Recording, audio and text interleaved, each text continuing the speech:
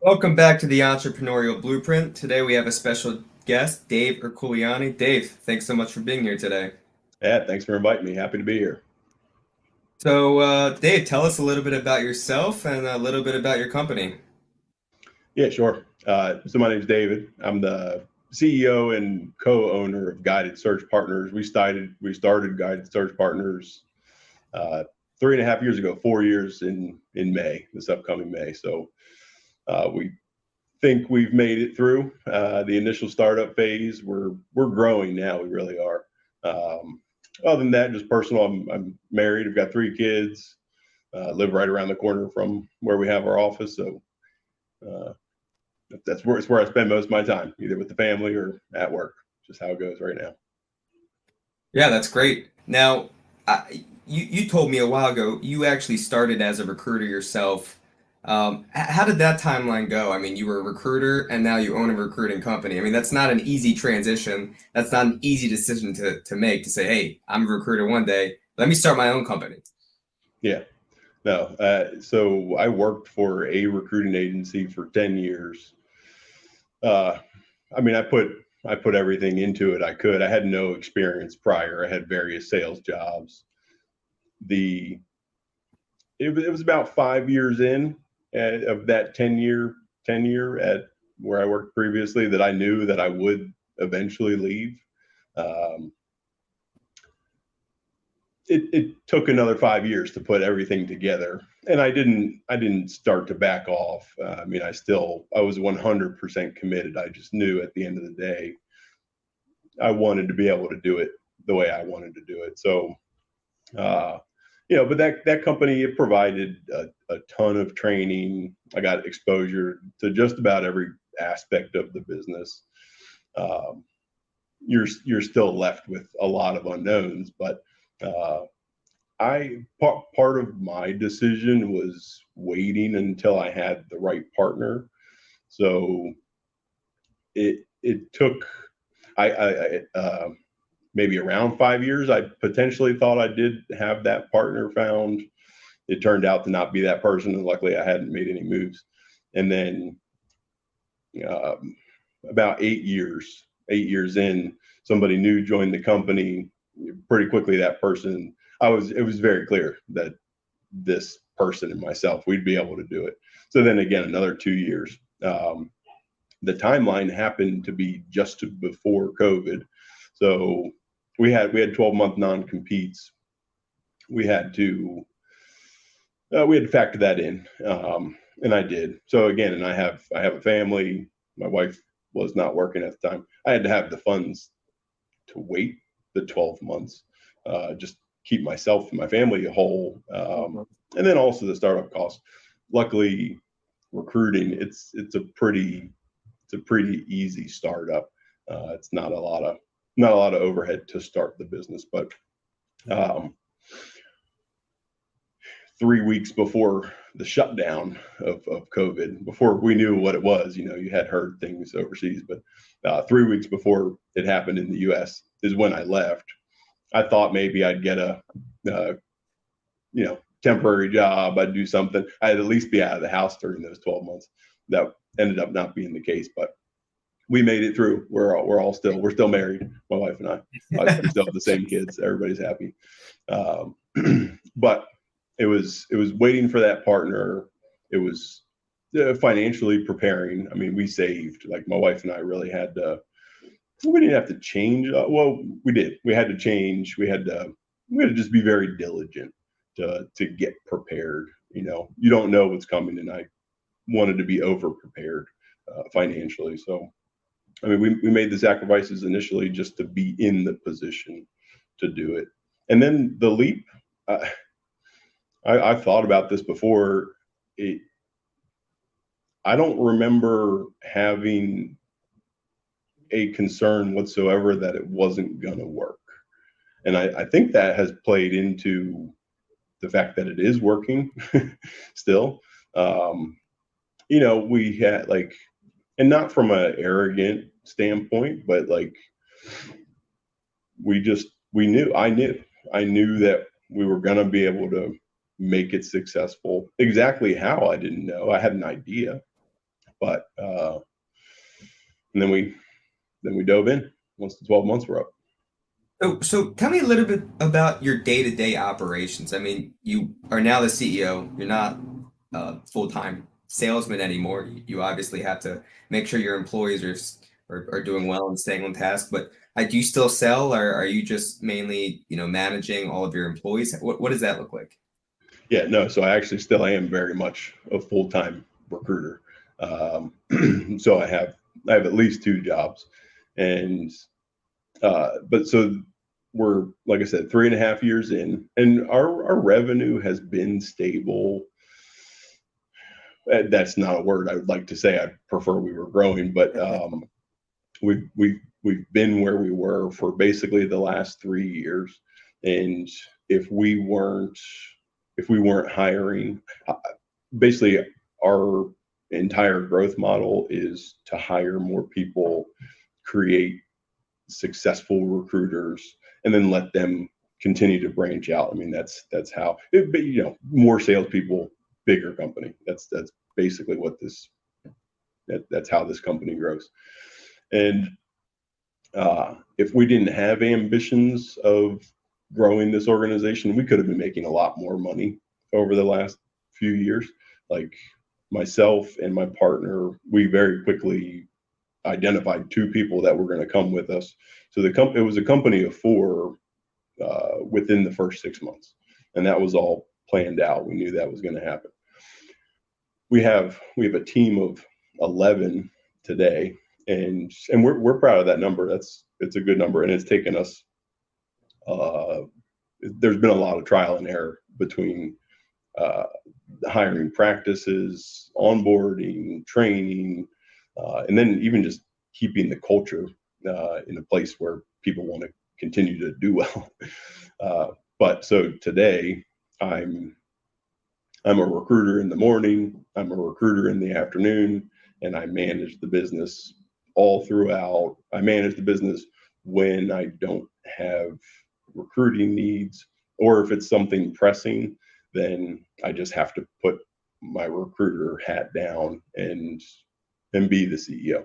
So and that took some, like in the beginning, I wanted to be CEO, I wanted to be strategy, I wanted to sign contracts, have other people do the recruiting work, and that could happen. That will happen one day. I mean, that's the goal. But for us to have the revenue to be able to make these decisions and keep growing, like myself, and really the four people I mentioned, we have to be producers still. One Now, thing that I one thing that I really find interesting, David, is it took you 10 years to finally take that leap and go out on your own.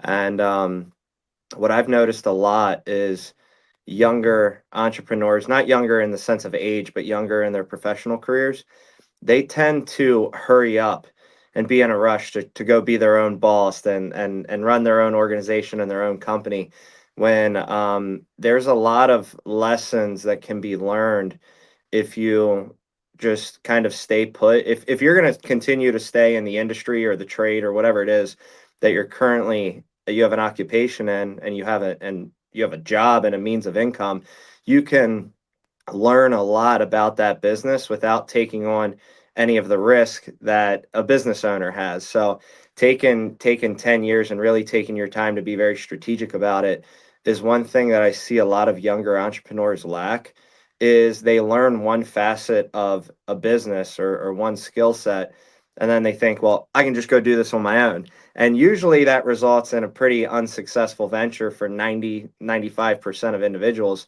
So you took a much more patient and strategic approach, in my opinion, which is why in 3 short years you were able to recruit a team of 11 people around you, and you're probably positioned a lot better than most people that are 3 years into their business, because you didn't you were able to take your time and get comfortable. And you obviously, I know this from experience, you did not have it all figured out, and you still don't have it all figured out. None of us on this call do, but you were at least way more prepared after 10 years than what you would have been if you just learned the skill and a year and a half later went out and tried to apply it to the marketplace.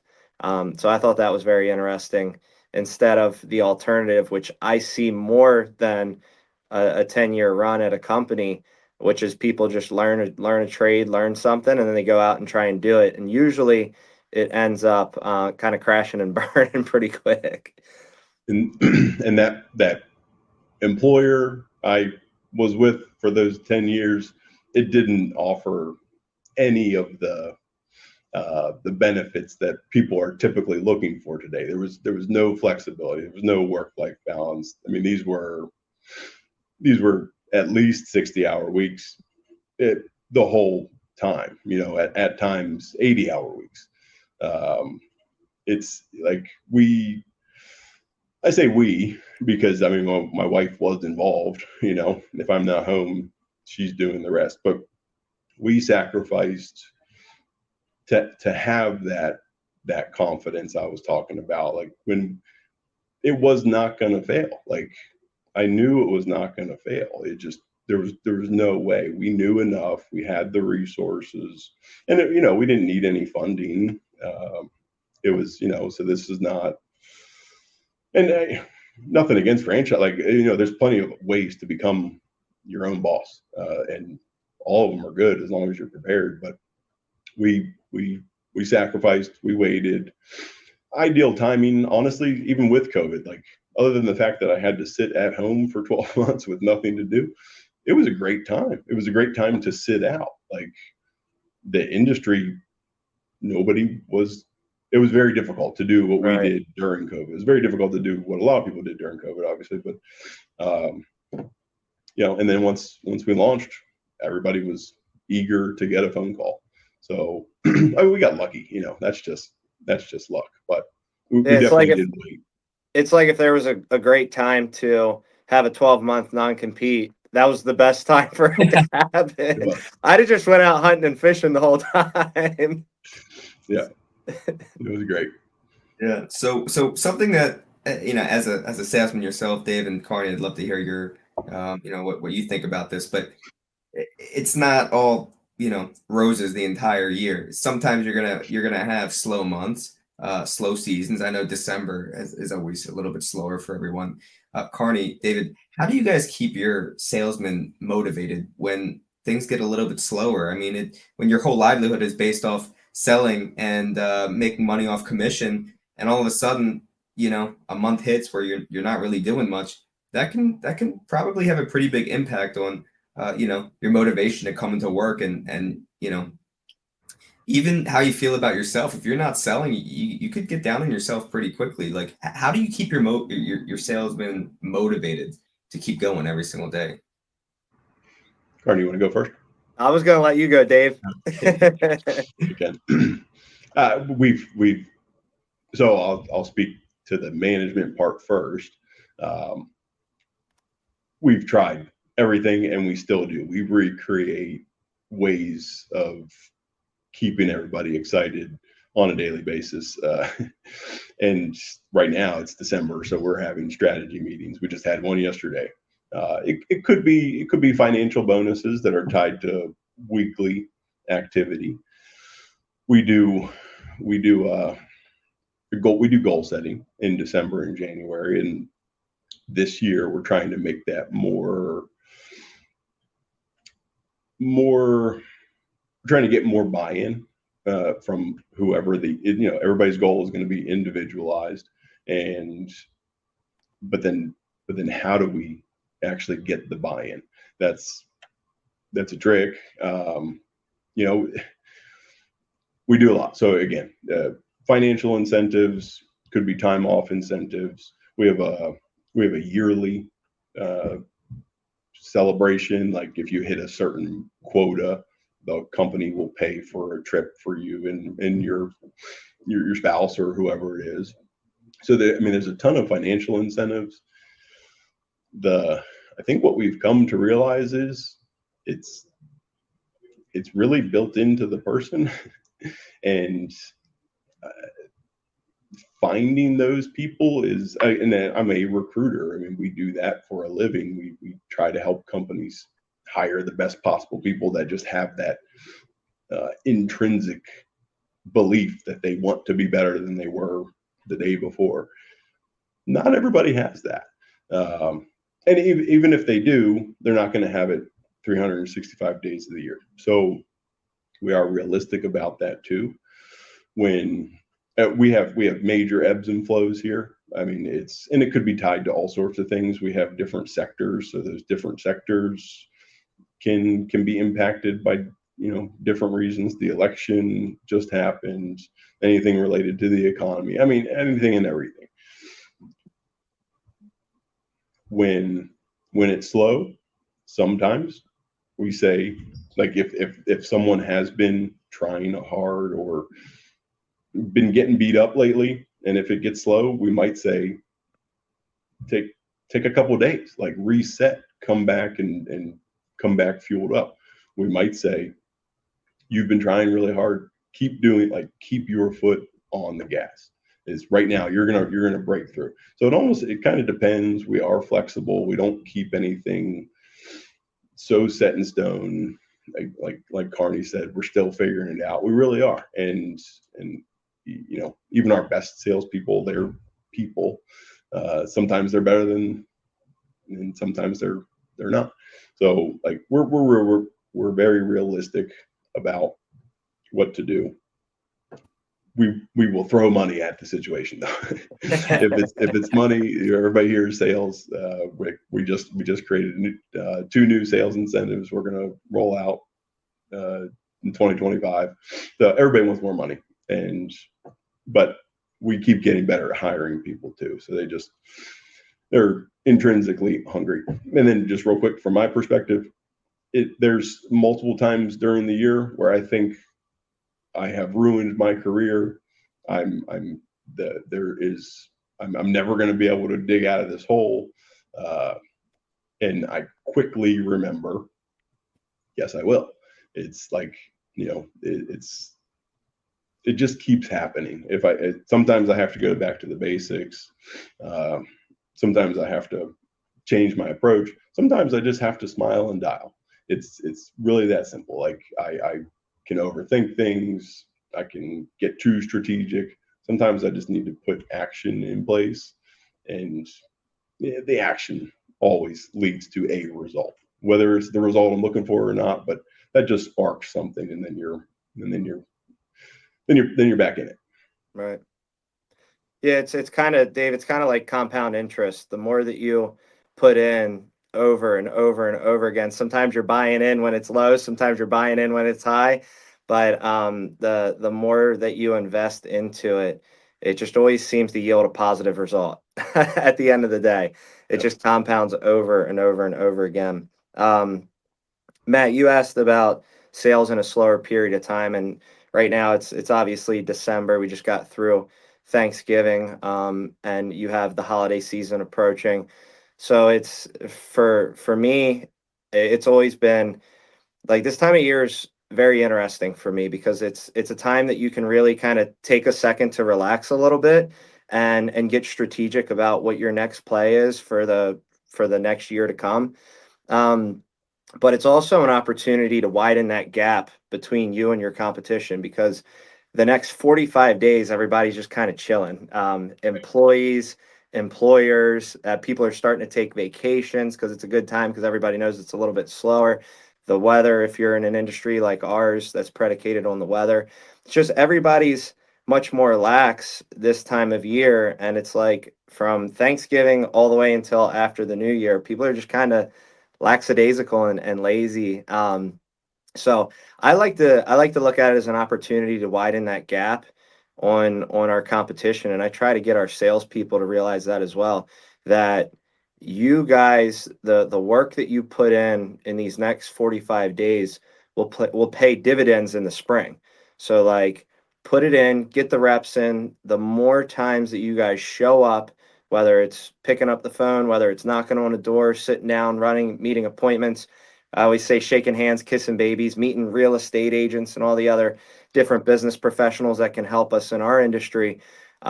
Doing all of that stuff when nobody else is doing it is what's going to help you to separate that distance between you and your competitor.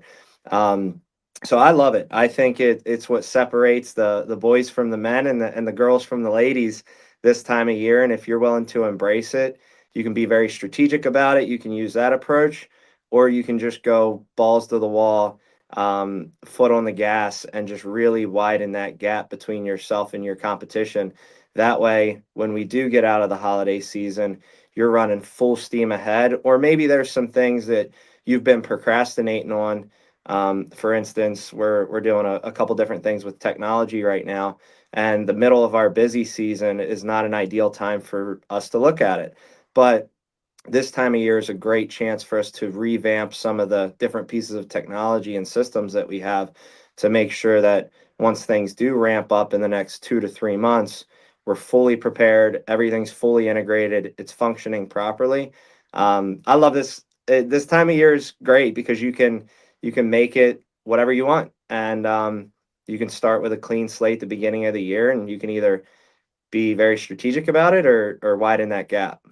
Yeah, it's sort of like you're coming up to the end of something, almost like the end of a journey, and you get to start a new one, in X amount of days. The other thing that I kind of saw a parallel between Carney, you and Dave is Dave, you said you guys only have 11 employees. I mean, that's a pretty, by numbers, I mean, that's not a huge, you know, it's not a lot of salesmen by any means. And Carney, I mean, even your CR3 branch, you only have, how many salesmen do you have now?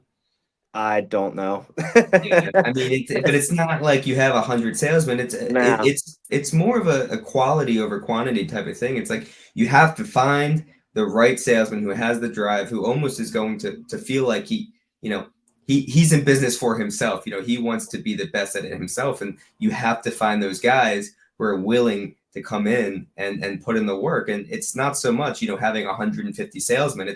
It's finding a good core group of guys who are willing to put in that work to make the company really successful, also it, to make themselves really successful. it's getting those people to mature in their role that is very important. And when you're a younger business, even us, we're 7 years into it. But when you're a younger business, it's hard to have people who have fully matured into their position. As a salesperson, David, I would assume that you really didn't start to reach your full potential until year 4, 5, maybe even 7. It depends on the industry. Everybody thinks they're going to get into sales and start making six figures in their first 365 days. And although there's plenty of examples of that, that's not the majority of people. They have to be seasoned, and somebody who has 3, 4, 5, 7, 10 years of experience has seen so much more than an individual that's just coming in green. So it's a very hard concept to understand because we're all in such a rush to build these large companies and make a bunch of money and change a bunch of lives. But your team and the people that you hire, not only do you have to train them and retain them, but they have to mature at their own rate. And everybody matures at a different rate. Some people, it takes a year and a half to be fully confident at their job. Some people, it takes 5 years. But that's one part of the equation that none of us on this call will ever force our way through, is the fact that our team needs to fully mature and develop in order for them to then have people underneath of them and take on more managerial or executive type roles. So that's a great point, Matt. Yeah, and we've gone through that. So when we first started, we thought we could hire anybody and turn them into fantastic recruiters. We were that confident in ourselves. I did We the are same good. thing. We're good recruiters, maybe not great trainers. And it took until, I mean, our last three hires have been seasoned recruiters. They're people that have done this and have proven success. We needed to be at least 3 years old. We needed to have the finances. We needed to be comfortable paying what was necessary to get these people.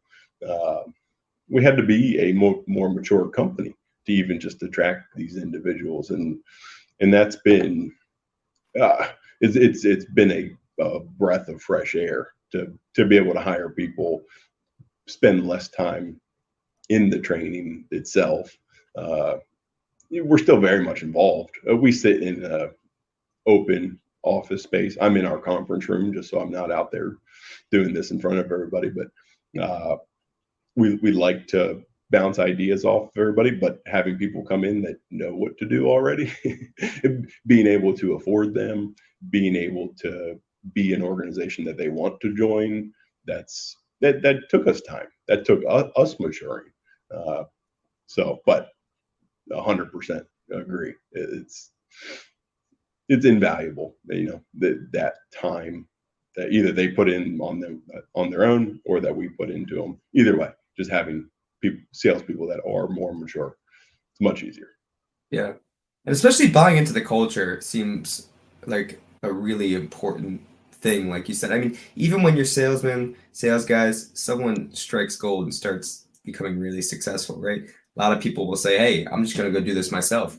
But if you're a part of an organization that has taken care of you, that has trained you, that has been with you along the whole journey, right? You're more likely to say, hey, I know I could go do this on my own, but I love the organization I'm with. I love coming into the same office every day with the same guys who we have the same goal. Yeah, I don't want to leave this place. I love this place. I love this culture that we've built here. I feel like we've built it together. And even though David's the CEO, I want to be with a part of this organization for a little while longer, just strictly based off how great it is here. That's the idea. The risk is always there, though. Yeah. And if you're not aware of that, if you're not preparing for that, honestly, you might be missing out. I mean, it's always there. It just is. And now our job is to create a culture that is exactly what you said. And we're not shying away from that whatsoever. We're very much trying to create that in any which way that we can. But at the end of the day, the place I left, I had brought 5 of my very good friends to come work there. It was, I mean, at that time, for sure, it was the closest relationships I had with people, other than my family. Like I brought all my very good friends. They all work there. Some of them still work there. Some of them came here, but it's we do our best to create that, but we're also aware that someone could have a different idea at some point. Right. Yeah. So just to finish up here, Dave, it's been great having you on. I mean, I love your story. I think it's great. You're a great guy. I met you for the listeners out there. Dave and I met at the gym. He's and we just started talking and we aligned a lot with how we saw ourselves in business. And so I think you're just a great guy, David. If you could leave the listeners with a piece of wisdom, whether it's a business owner or someone who's in sales or someone who maybe just in an HR role, leave them with a little piece of wisdom or advice that you wish you knew 10 years ago. One piece of advice. So I wanted to be an entrepreneur since I was little. My family had a restaurant growing up. I always pictured my name on a building. I always thought very big. Our automatic light just went off here. Maybe that means this isn't going to be that. Well, spooky. He's about to tell. He's about to tell us like a horror story or something. Yeah. I always thought very big. I still do. I think that, and so this is going to end up being the same thing. Shoot for the stars. You're even if you fall short, you're still doing pretty good. That's basically what I've been doing. I didn't come into this with any specific skills. I am good at with people. I like to lead people, but I think really big. To Carney's point, I put in the work. I was strategic about it, but just if you have big ambitions, you probably can't achieve it.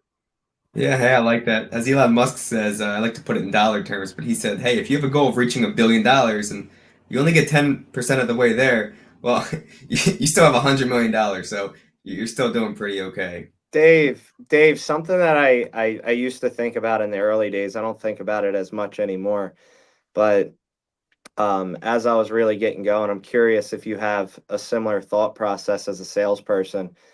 I always just kind of figured like, okay, let's run as fast and as hard as we can. And the absolute worst case scenario that could possibly happen, it'd be the worst case scenario, would be we unfortunately go out of business and I just go sell shit again. And I think having that experience and that confidence of knowing like no matter what, as long as I am able to sell, I feel confident in my ability to provide for myself and my family without any major lifestyle changes. I think that confidence for me was that kind of driving force that like, hey, never going to be perfect, even if, which we all pray that day never comes, but even if we did crash and burn, I know at the end of the day, like the people around me, myself, my family, we're going to be good no matter what because I have developed skills over the last X amount of years that you can take money, you can take cars, you can take businesses, you can take signs, but you can't take what's in your mind. You know what I mean? And that extra confidence has really helped me, especially in the early days, to kind of just instead of worry all the time, just focus on like the mission and whatever the outcome is going to be is it's going to be. It doesn't matter how much I stress about it, how high anxiety I am. At the end of the day, the outcome's going to be the same whether I worry about it or not. So let's just focus on the mission. And like I said, that extra confidence of just kind of knowing no matter what, the skills that I developed to get to this point will support me and my family. I'm curious as to whether or not you either do have or had that similar thought process in the early days. Still, still, and like you said, I probably don't think about it too much. If I was worrying about the result, there's too many results to worry about. So, like you said, just doing the work, putting the reps in. That's what I focus on 95% of the time. I worry for sure, but uh, in reference to if this failed, I I'd do it again. I just Right, would, right. I would do something again. Yeah, I'm not worried about providing. It's this is, I mean, like growing it is the fun part. It really is to see where we can get it to, how many people can, benefit from this getting big enough to benefit a lot of people. Um, yeah, I keep the worrying out of the picture because it has no benefit. I definitely subscribe to that. Awesome. Well, Dave, again, we really, really appreciate you coming on here. I thought this was great. I always love hearing your story. Carney, again, Yeah, thanks for your time. And thanks for inviting me. yeah, hopefully we can have you back on again sometime. It sounds great.